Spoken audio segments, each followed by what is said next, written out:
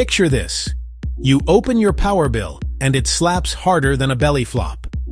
Now imagine the same bill, but it's whispering, or even negative. That's the promise of solar when you understand how to squeeze every drop of energy from the sun. Here's the fun part, how it actually works in plain English.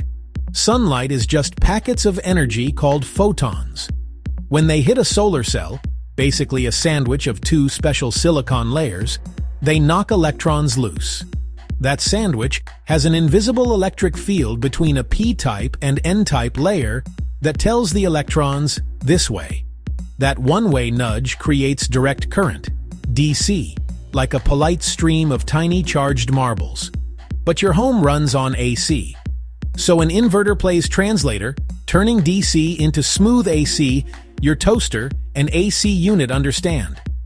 Modern inverters use MPPT, maximum power point tracking.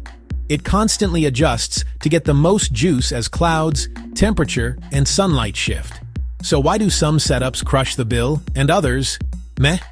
Angle and direction. Point panels south in the northern hemisphere, north in the southern. Tilt near your latitude, then tweak for seasons if you can. Shade is the villain. One shadow can choke a whole string. Microinverters or power optimizers let each panel shine solo, so a chimney's shadow doesn't tank the party. Heat is sneaky. Hot panels make less power. Airflow under the panels helps. Cooler panels can beat hotter panels with the same sun. Cleanliness counts. Dust, pollen, bird art. Rinse with soft water occasionally. No abrasives.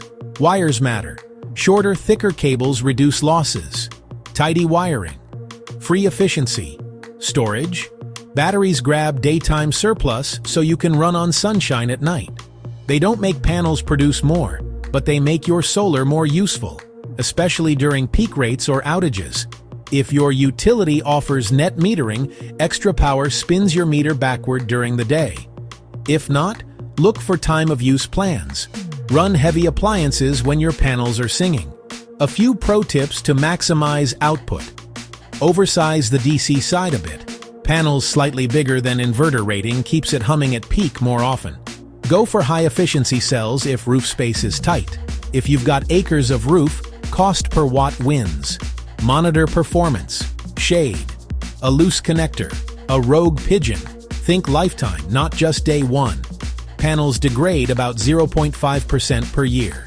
Choose solid warranties, 25 years on performance, 10-25 on hardware. Bifacial panels can sip light from the backside if you've got a bright roof or reflective ground.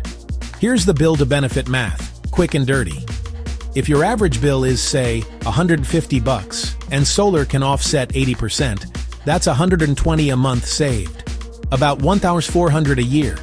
Over 10 years, you're north of 14 grand, not counting rate hikes. Add incentives and you speed run the payback.